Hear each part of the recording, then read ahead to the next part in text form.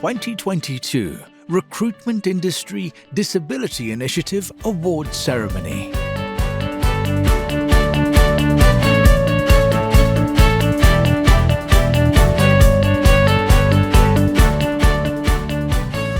Good afternoon everyone, I'm Tom Pursglove, the Minister for Disabled People, Health and Work, and I'm delighted to be asked to introduce the 2022 RIDI Awards.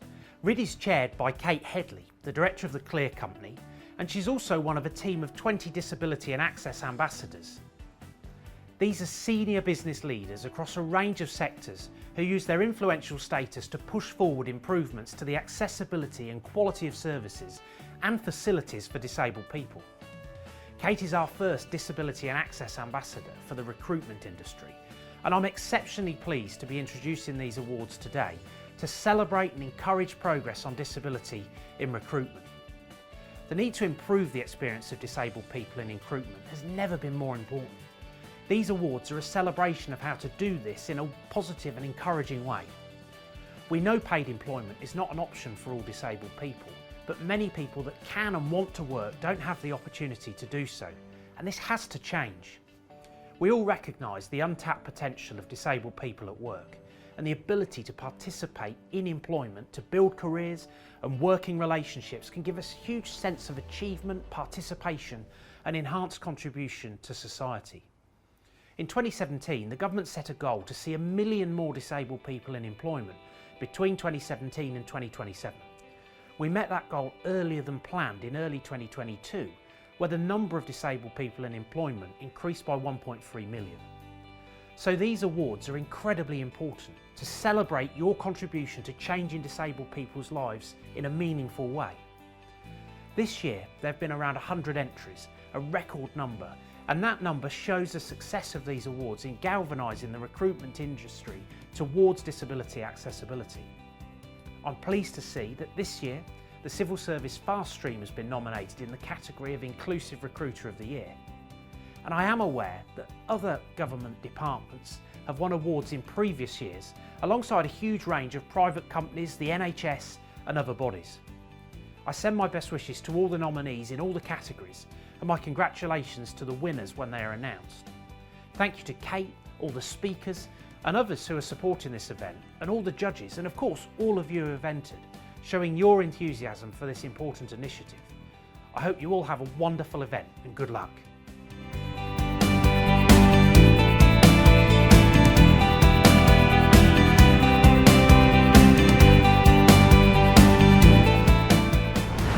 Well, hello and a very, very warm welcome to the RIDI Awards of 2022, one of my favourite days of the year. I'm Jane Hatton, CEO of Even Break and also Chair of the judging panel for the RIDI Awards. Thank you so much for joining us. We're grateful to existing friends and partners for all of your support, and for new friends, welcome, and we hope you'll join our warm community. This lovely new awards platform is brought to you by our partners Attendable, and we're hugely grateful to them. We're also hugely grateful to our sponsors who number Clear Company, Lloyds, DWF, Guidant Global and of course Even Break. This year there was a fantastic standard of entries which gave our amazing panel of judges some really hard decisions to make. And also we have a new category this year, Inclusive Technology, which is of particular interest to me, something that is incredibly important. I'm absolutely delighted to introduce you to Shani Dhanda. She's a good friend of Even Break and of RIDI. She features on the Shaw Trust's Most Influential Disabled People, the Power List 100. She's a social entrepreneur. She's a disability equality advocate, and she's a business and disability change maker, known obviously to many of us. She's a founder of 3 enterprises, empowering underrepresented and intersectional groups of communities. And she brings the voice of disabled people to the government's Office for Disability Issues. She's an ambassador for Valuable 500, Parallel London and Even Break. She has a winning combination of authenticity and passion, helping to remove the awkwardness and fear of having confident conversations about disability within business and society. So who better to take us through the shortlist and the winners today? A very warm welcome to Shani. Over to you.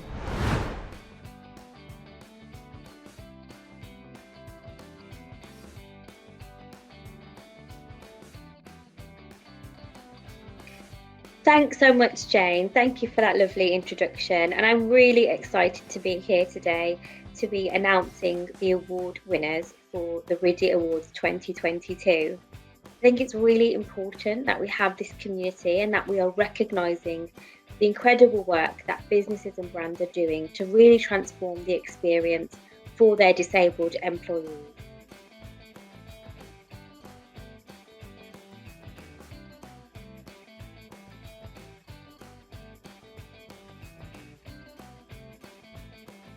So let's kick things off with the first award, and that is the Getting Started category.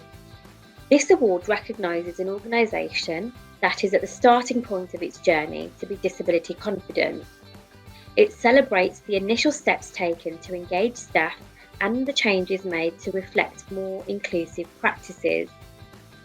In many ways, getting started is the most important part of any process. And this goes to an organisation that has taken the first steps to show that it's fully committed to inclusivity. So to announce the finalists, I'd like to welcome Harjit Bansal of NELFT, North East London NHS Foundation Trust. Thank you, Shani, for that introduction. First of all, I would like to congratulate each and every organisation that put forward their names for this category. And you should all feel really proud of your commitment to this agenda. This year, I was privileged to be part of the judging panel and exposed to what happens behind the scenes. And believe me, getting to this position was difficult for us to make those final decisions. So let us hear about those who were finalists in this category for Getting Started.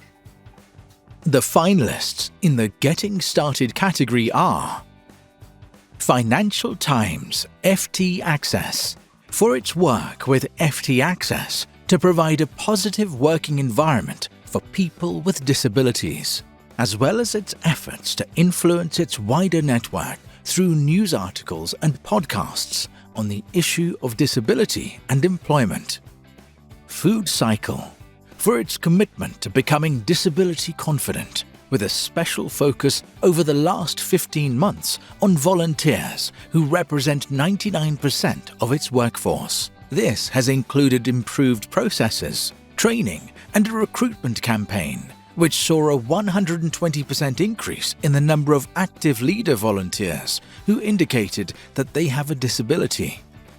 Siemens, for its partnership work with job board Evenbreak and the new internal disability employee network launched as a result. All UK fixed-term and permanent roles are now offered to disabled candidates. Tarmac Limited. Since the 2021 launch of an ability community group, which can be accessed on its internet for all employees to join, Tarmac has focused on supporting disabled staff. This includes providing a safe space to network and share information, and inclusion and diversity training for all staff, plus new e-learning content for all levels of the organisation.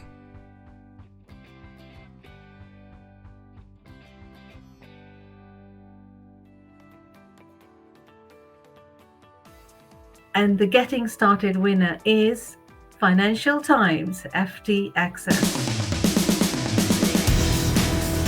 Congratulations to Financial Times. I'm sure you're all very excited that the hard work that you put in to get started on changing the narrative for people with a disability in recruitment and employment has today paid dividends. Congratulations once again and well done.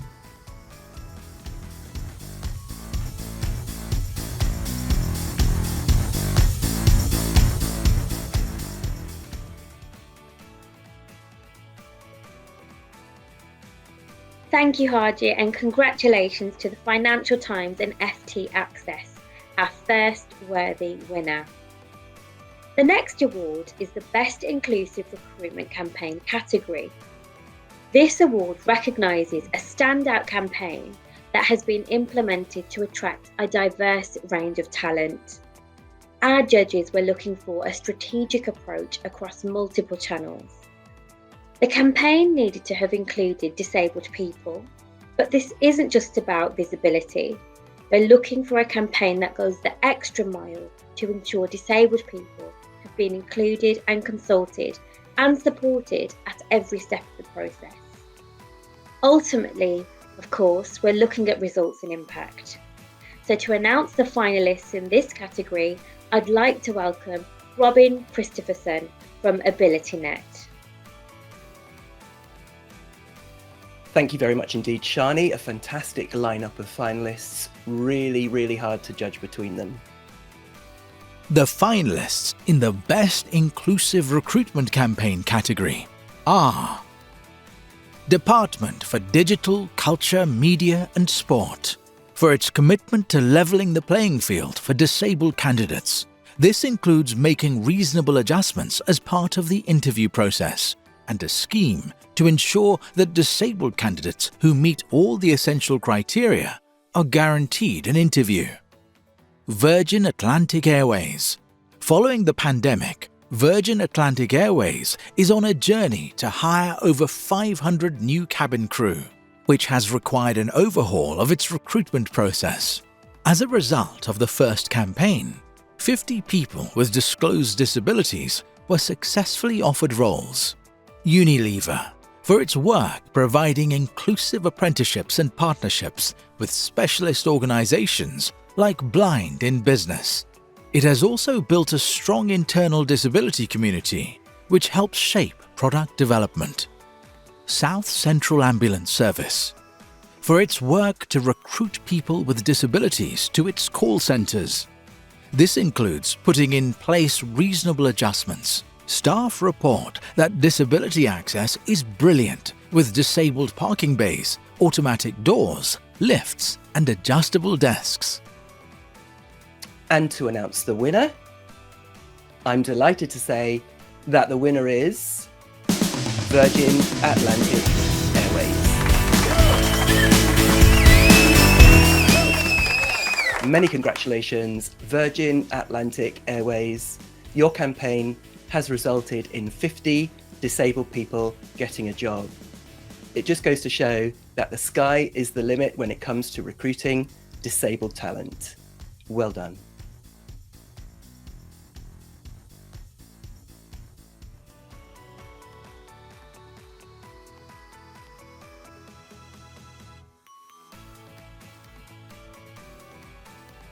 Thank you, Robin, and congratulations, Virgin Atlantic Airways.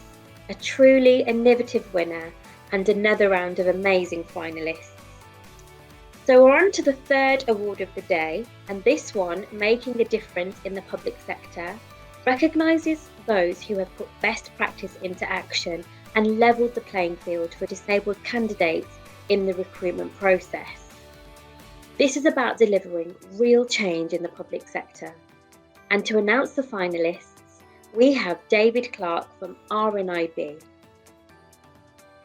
Thank you, Shani. So yes, making a difference in the public sector. This was an amazing category to judge, absolutely superb standard and a real high quality. And you know, it's so important that public sector bodies really think about what difference they are making to all stakeholders in society and are being as inclusive as possible. And this really shone through in all the entries that we judged.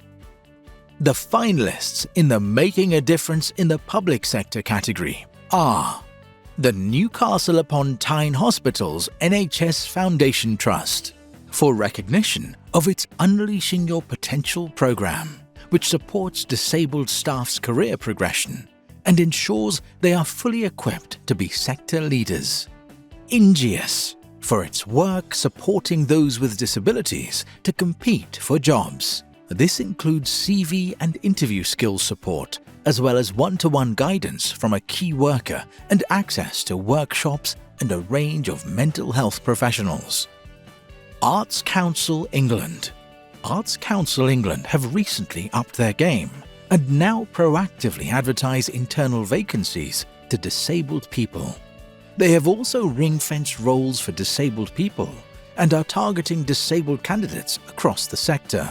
They have worked on their reasonable adjustments process and improved policies to support employees with BSL interpreters.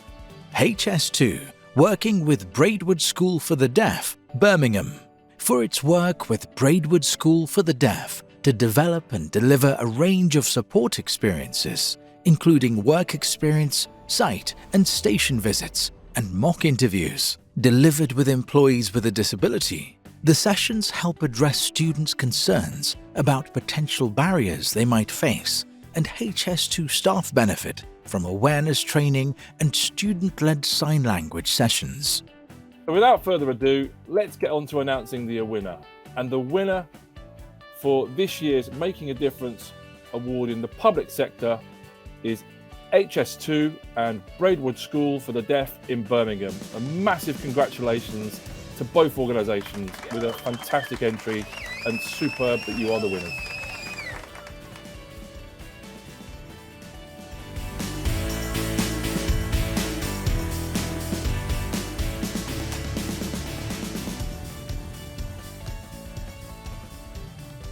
Thank you, David, and what a worthy winner. Staying with those who are making a real difference in their sectors, we now move to the private sector, where we're seeing some really interesting developments. To run us through the finalists in this category, I'd like to hand over to Mark Hudson from News UK. Thanks, Shani. You're an amazing host, by the way. So this was my first year as a judge, and my goodness, was it difficult to pick a winner because the calibre of entries was ridiculous.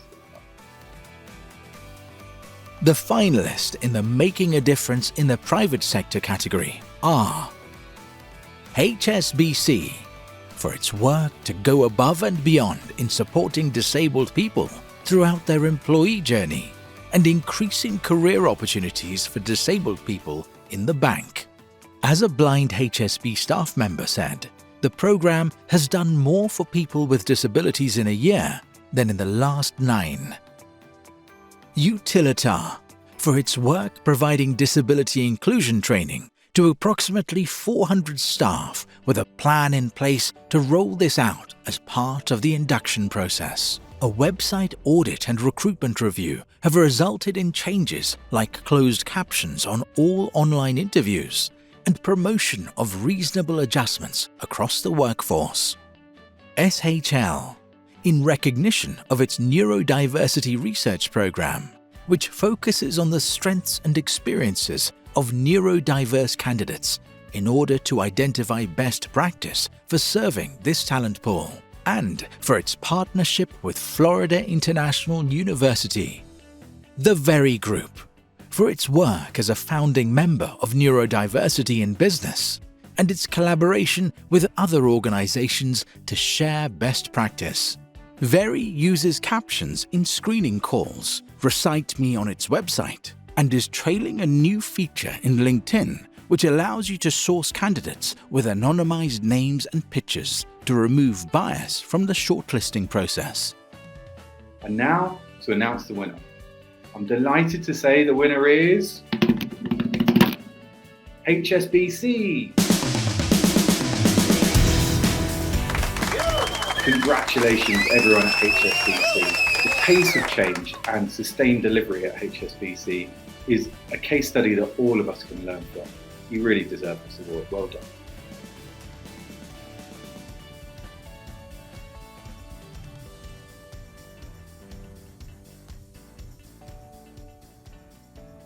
Wow, thanks Mark, and thank you everyone. We're now at the halfway point, everybody. 4 winners announced so far.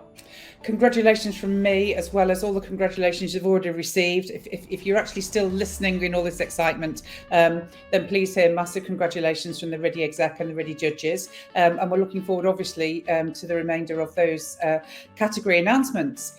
But before we move on to that second half of the ceremony and the disability confidence category, which is always a very important one for us, thought we might change the tempo a little bit. And as we've got Shani in the room, we thought we'd take the opportunity to have a nice little fireside chat with Shani and learn a little bit more about the work that she does, her incredibly important opinions, and also the movement that she's creating to raise awareness around disability pay gap and the importance of us profiling and highlighting that.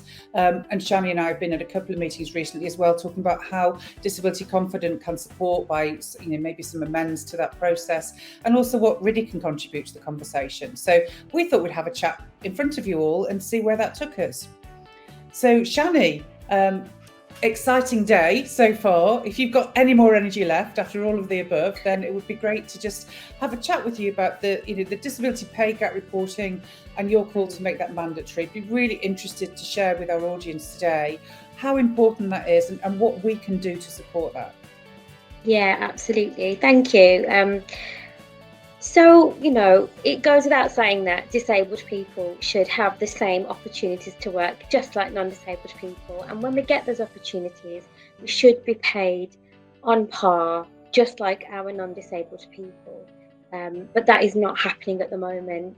And this year, the Disability Pay Gap Day found that disabled people effectively work 54 days of the year for free. I don't think anybody would willingly do this. And it's very fair to say that disabled people can't afford to do that because we face so many unavoidable extra costs.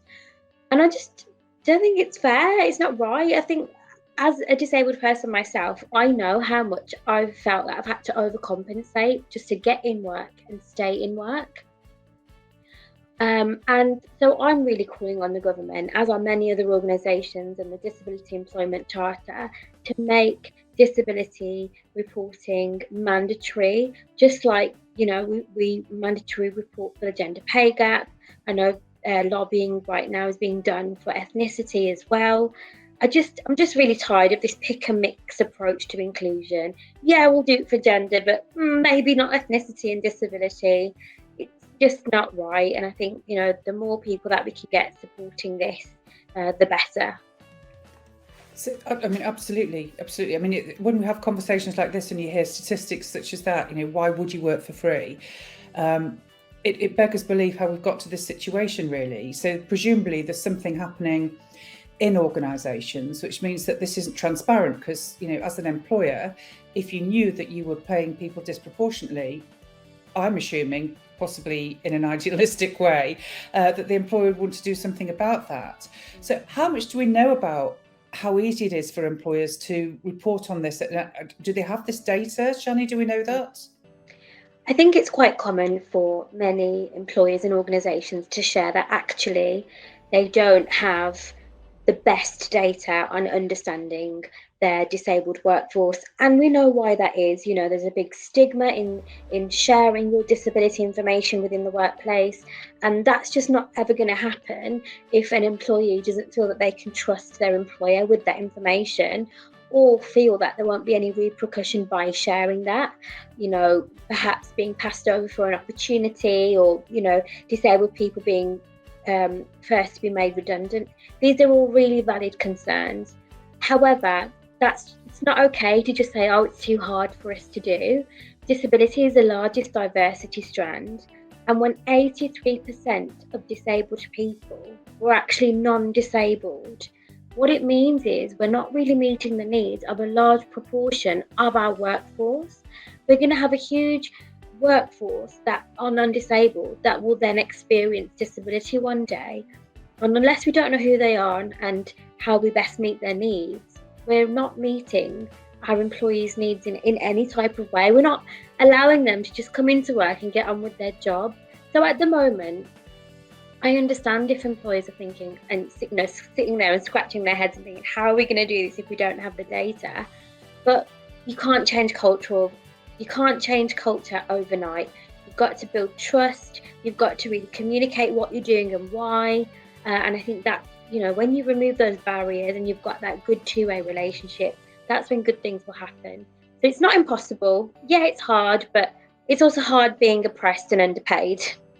Absolutely, it is. And the other thing is, Shani, I think that, in the current climate and in the future climates, good employees are going to hold all the cards, quite frankly. So we're here today celebrating the work of these amazing employers who will be the employers of choice for disabled people who are being underpaid elsewhere and not having the career progression that they're seeking. So it strikes me that if we don't get on this as an employer, and not just the large ones either, 2/3 of the British economy is smaller employers, then we're going to get left behind as employers, because the people will walk and go to another organisation and get work there. So there's a real commercial drive as well as a moral and ethical drive to do this right. And it's interesting because one of the things that I always talk about is kind of this complacency, which isn't, and I don't mean that in a horrible way, I don't mean it in an accusatory way. I mean, you know me, I'm not an activist individual, I'm always about positivity. But I think there is a complacency where people think because we're lovely and we're good employers and we've got performance management, we wouldn't knowingly ever discriminate or on pay or any other benefits for our disabled colleagues. But the fact of the matter is that our systems and our processes and our biases and our historic situations mean that we are doing that whether we want to or not. So absolutely. I think, today and talking to you, Shani, this is the wake-up call for organisations to say, these are really frightening statistics. They're real, they're well researched, they're not plucked out of a hat or, dare one say, written on the side of a bus. They are real statistics. And we need to listen to that. And then maybe we can have more conversations over time, post RIDI, building up to the next one, build up the momentum of, okay, we accept it, how are we going to make it happen? So my last question to you is, what can RIDI do, Shani, to support you and your colleagues and organisations to make this happen? Okay, I just want to say I'm with you on what you're saying. I don't think anyone is intentionally paying disabled people less, but it's when bias creeps into processes and, you said all that automation. So unless we're not actively looking at this, then we're not really looking to see whether these pay discrepancies or pay gaps exist. So it is something an organisation should be doing for all different types of characteristics and communities, not just disabled people. So it would be great, for RIDI and the wider community to really understand what this means for disabled people. Disabled people already face many unavoidable extra costs. We're in a cost of living crisis. So many disabled people live in poverty, and so many disabled people are still out of work. People who can work and want to work. So we need to go even further. We need to continue on our journey of being inclusive and accessible employers for everybody, but especially disabled people. And I think when we come together, when we share our best practice, and we help one another on that journey, and we have, you have a real community now of employers who have really gone above and beyond to really embed disabled people into their workplace and include them, because let's not forget there's a big difference of just having people there, but there's a difference in actually them being included and they feel that they belong there. So I think we just need to continue on this journey, keep banging that drum, and galvanizing the support of even more disabled people to feel that they can come and work for you in your organisations. Absolutely. So RIDI pioneers, hear what Shani's saying, hear what your colleagues are saying, look at these awards, and let's get together and let's make 2023 the year for change. And I look forward to contributing to that. Just let us know in what way we can, Shani, and we're there. We're definitely there. Thanks so much, and let's get on with the rest of our day. Yes.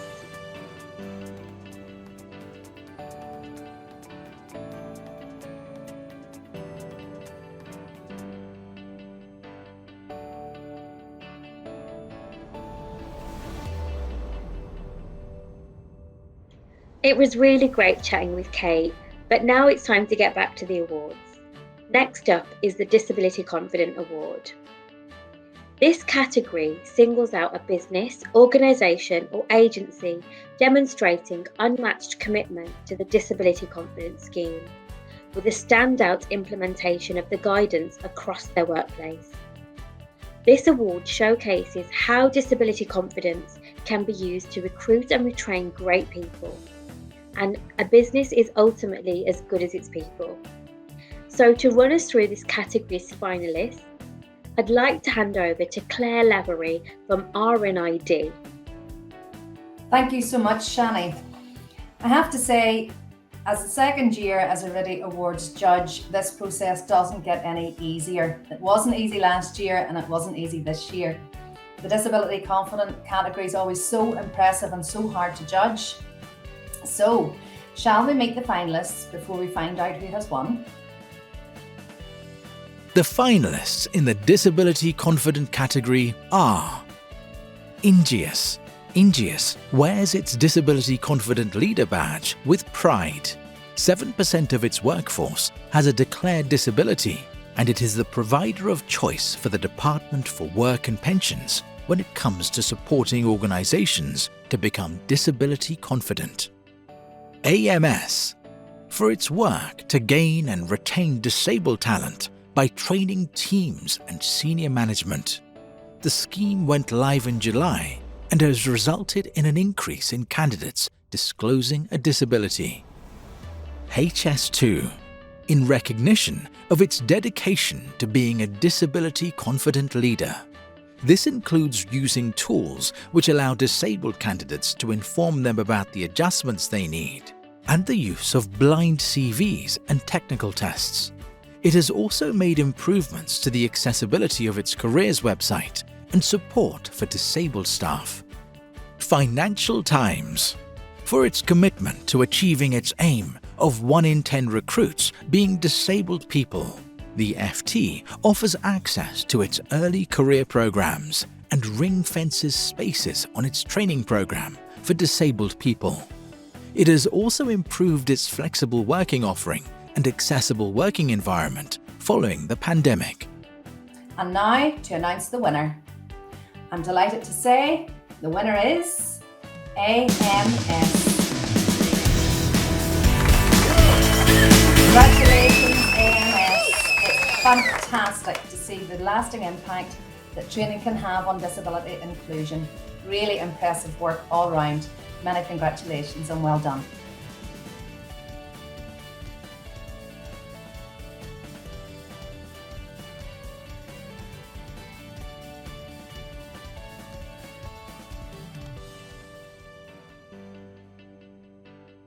Thanks, Claire. What a fantastic winner AMS is, and such a strong shortlist. Now we're moving on to the category of Disability Specialist.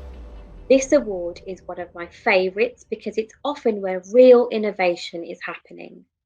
This category goes to an organisation that is finding new ways to solve problems. This goes to an expert, a specialist, and a visionary. And now we have someone who knows about what it takes to win a RIDI Award, one of last year's winners, Maria Zedder from HS2. Thanks a lot, Shani. Don't you just love the RIDI Awards? I do. It's such an amazing celebration of inclusive recruitment, and it's one of my highlights of the year. So now I think it's time for us to meet the finalists in the Disability Specialist category. The finalists in the Disability Specialist category are SICK in the City CIC, for its learning and development platform with videos, guides, workbooks, templates, and online events, so everyone in an organisation can learn from disabled experts. SIC also offers coaching and supported training programs for disabled people, providing a circular solution to disability employment.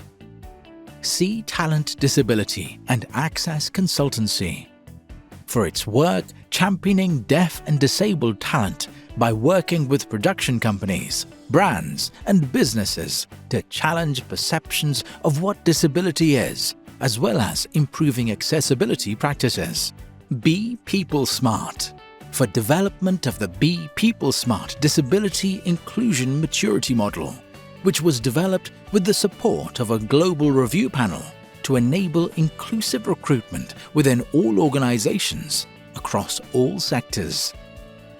Astrid, for its work matching people with chronic illnesses and carers with inclusive, meaningful work. This small charity has already matched over 100 people with paid work and has over 1,000 candidates signed up. Without further ado, let's find out who has won the Disability Specialist Award this year. I'm delighted to announce that the winner is SIC.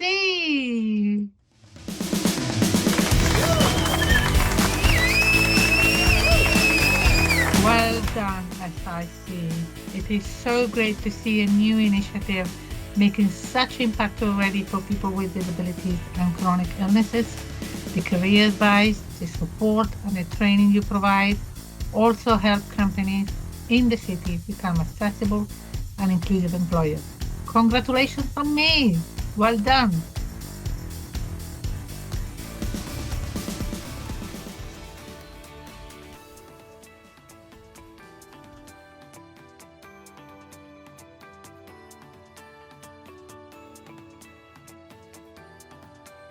Thank you, Maria, and a huge congratulations to the team at Sick in the City. What a brilliant initiative putting disabled experts front and centre. We're going to look at the Inclusive Recruiter of the Year entries. Now, this can be a team or a person, but it goes to those who are going above and beyond to ensure that inclusivity is at the heart of an employment process and who has seen incredible results because of that. It's a category because it shows just how good things can be when we prioritise inclusivity and equality. All organisations should all be aiming for this level of best practice, so plenty to take from these finalists. Please welcome Claire Gray from Shaw Trust, who is going to be announcing the winner. Thank you very much, Shani. The finalists were all such varied and strong contenders that my fellow judges and I really had our work cut out this year. The finalists in the Recruiter of the Year category are Civil Service Fast Stream and Emerging Talent. The team has delivered outstanding disability representation of appointed graduates at 21.6%, expanded its Autism Exchange Internship Program and its Diversity Summer Internship, 30% of whom are disabled. Its disabled groups have continued to outperform non-disabled groups in terms of fast stream appointments. TPP Recruitment, for its work to ensure equality in its own internal recruitment, as well as steps to share its skill and expertise with the non-profit sector to improve inclusive recruitment more widely. HS2, for its efforts as a disability confident leader, which means a recruitment process which ensures every applicant can demonstrate their skills and abilities at their best. HS2 Careers website is also now fully accessible. Unilever, for steps towards its target of 5% of its workforce being disabled people, ensuring its sites are fully accessible by 2025, and aiming to be a #1 employer of choice. Steps have included partnerships to reach diverse talent, training to 300 hiring managers, and changes to interview panels, as well as introducing blind screening. To announce the winner, I'm delighted to say the winner of the 2022 Inclusive Recruiter of the Year Awards is Civil Service Fast Stream and Emerging Talent. Congratulations to Civil Service Fast Stream and Emerging Talent, another truly well-deserved RIDI Award win for you. Your recruitment practices exemplify what it really means to be an inclusive recruiter, and you really are the best in class. Congratulations from me and everyone at RIDI.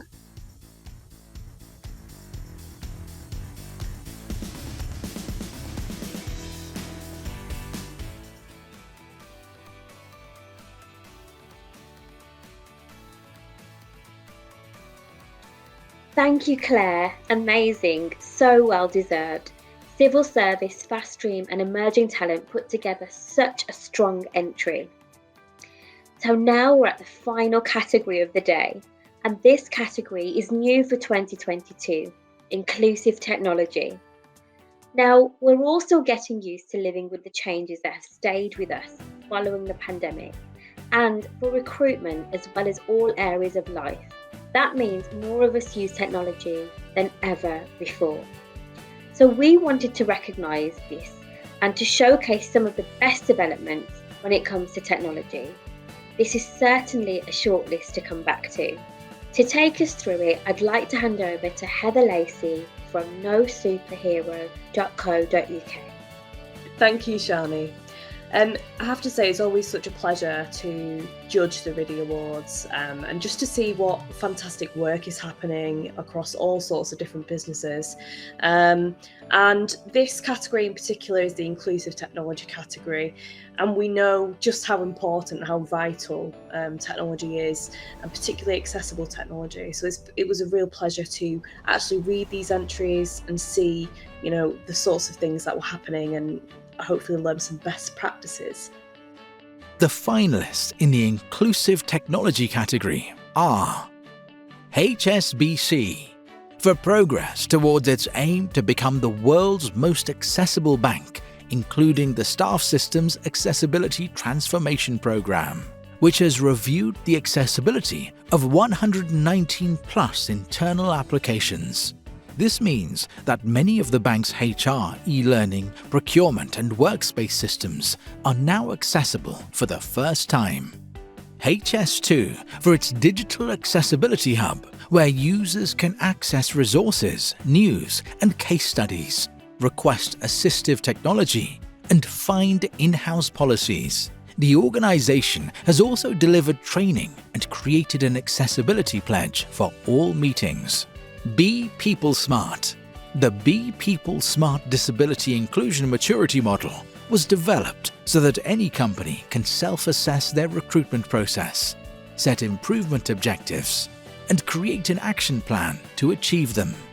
Recite Me, recognised for its cloud-based assistive toolbar that enables job candidates to create a customised online experience so they can navigate and consume information in a way that works best for them, impacting every stage of the hiring process, from attraction to onboarding and retention. And the winner is Recite Me.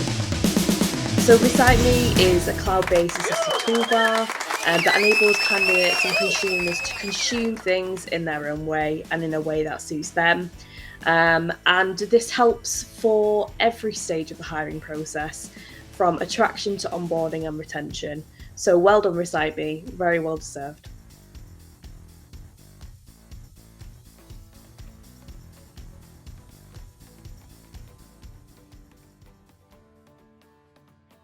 Brilliant. Thanks so much, Heather. And a huge congratulations to the team at Recite Me, a welcome addition to the accessibility space. So that's it. Well, almost. We've come to the end of the 8 categories and the incredible finalists. A huge congratulations to all 2022 RIDI Award winners and to everyone that has entered. I've been so impressed by the work being done to make recruitment more inclusive. We only get and keep getting the best people by ensuring that the recruitment process is open to everyone and that we eliminate barriers that exist. It really is the first step in making sure that the workplace is accessible and equitable. But before we go, we need to decide the winner of the Greatest Impact Award. Each year, we ask you to vote for your favourite winner, the winner that represents the very best of disability confident recruitment. Here's a quick reminder of why they won to help you decide who to vote for. Financial Times FT Access for its work with FT Access to provide a positive working environment for people with disabilities, as well as its efforts to influence its wider network through news articles and podcasts on the issue of disability and employment. Virgin Atlantic Airways. Following the pandemic, Virgin Atlantic Airways is on a journey to hire over 500 new cabin crew, which has required an overhaul of its recruitment process. As a result of the first campaign, 50 people with disclosed disabilities were successfully offered roles. HS2, working with Braidwood School for the Deaf, Birmingham, for its work with Braidwood School for the Deaf to develop and deliver a range of support experiences, including work experience, site and station visits, and mock interviews delivered with employees with a disability. The sessions help address students' concerns about potential barriers they might face, and HS2 staff benefit from awareness training and student-led sign language sessions. HSBC, for its work to go above and beyond in supporting disabled people throughout their employee journey and increasing career opportunities for disabled people in the bank. As a blind HSB staff member said, the program has done more for people with disabilities in a year than in the last 9. AMS, for its work to gain and retain disabled talent by training teams and senior management. The scheme went live in July and has resulted in an increase in candidates disclosing a disability. SICK in the City CIC, for its learning and development platform with videos, guides, workbooks, templates, and online events, so everyone in an organization can learn from disabled experts. SIC also offers coaching and supported training programs for disabled people, providing a circular solution to disability employment. Civil Service Fast Stream and Emerging Talent. The team has delivered outstanding disability representation of appointed graduates at 21.6%, expanded its Autism Exchange Internship program and its Diversity Summer Internship, 30% of whom are disabled. Its disabled groups have continued to outperform non-disabled groups in terms of fast stream appointments. Recite Me, recognized for its cloud-based assistive toolbar that enables job candidates to create a customized online experience so they can navigate and consume information in a way that works best for them, impacting every stage of the hiring process, from attraction to onboarding and retention. Okay, please vote now using Slido for the winner that you feel has made the greatest impact this year.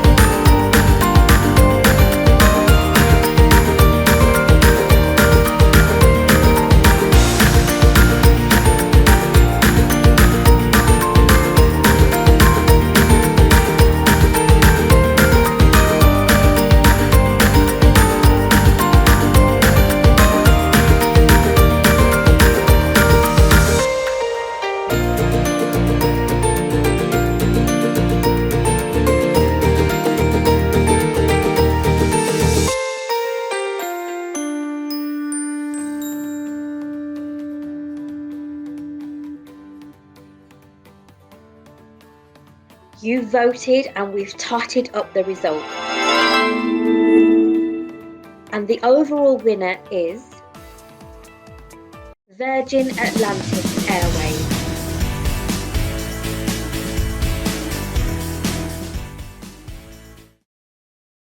A huge congratulations to the team there for winning their second award of the night.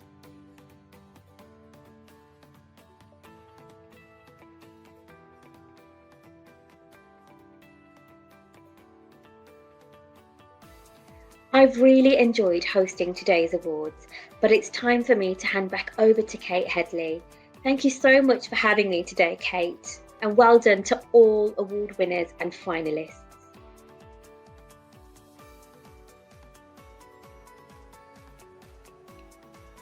Wow, and breathe, everybody. Thank you so much, Shani. It's been just fantastic to have you with us today. Really appreciate your time when you've got so much else that you're doing to celebrate disability confidence, and the impact that you're having is obvious. So what a wonderful, wonderful celebration of disability confident recruitment it's been yet again. I don't know how the judges reached their decisions. I'm just glad it's not my decision to make. So it's an important note to say the awards do so much to showcase what real action and real best practice can achieve. And I think we can all take something from today's winners, whether it's looking at the big system-wide change or those small tweaks that everybody knows are my absolute favourites, where they have that real tangible impact, often just on one individual, but one individual lots of times means for lots of individuals. There's so much we can apply in our day-to-day practices in the cut and thrust of recruitment, and I ask all of you to take at least one thing that you do differently as a result of being with us today. One of those is engage more with RIDI, come and meet the winners during the course of 2023. So you'll have heard talk of RIDI pioneers over the course of today and over the course of the campaign for the RIDI Awards. So our RIDI pioneers, of course, are those of us and those organisations who've either been past winners, shortlisted, finalists, or organisations who've reached out and submitted an amazing case study to say they want to pioneer change in disability inclusion across the recruitment sector. So with my Disability and Access Ambassadors hat on for the recruitment sector, as appointed by the Cabinet Office, so we've got a little bit of clout here, we're reaching out to all of you to say who would like to be our RIDI Pioneer Champion, fund the post of a disabled individual who can come and run the Champions programme and give it a lot more momentum over 2023 and 2024. Details should be on the slide in front of you now and available via the RIDI website. But please join the queue, get your name in the hat. Love to work with you next year. So we're going to have a really busy few days, well attendable than our marketing colleagues are, and we'll get those trophies sent out to you so that hopefully you'll have them for Christmas. And you can find all the entries on this website, so please do return to them when you're in need of any inspiration. Thanks to our winners, you're up against some stiff competition this year, so do pause to enjoy that win and keep up the good work. Huge thank you to our judges who did just the most amazing job interrogating these entries with such transparency and such consistency and professionalism, all with other day jobs. So really thank you so much. And of course, thanks to our sponsors and all of our partners. RIDI simply can't exist without the sponsorship, the time, the effort and the expertise that you all put in each and every year. I think Shani said earlier that organisations are really only as good as their people, and I'd like to echo that and say, let's look all after each other as we move towards the end of this year and into 2023, and let's look forward to some really exciting times working together next year and in the years beyond. Thanks everyone for attending. Hope you've enjoyed it as much as I have, and I'll see you at the next one. Thank you for attending the Recruitment Industry Disability Initiative Awards ceremony, and many congratulations once again to all the 2022 winners.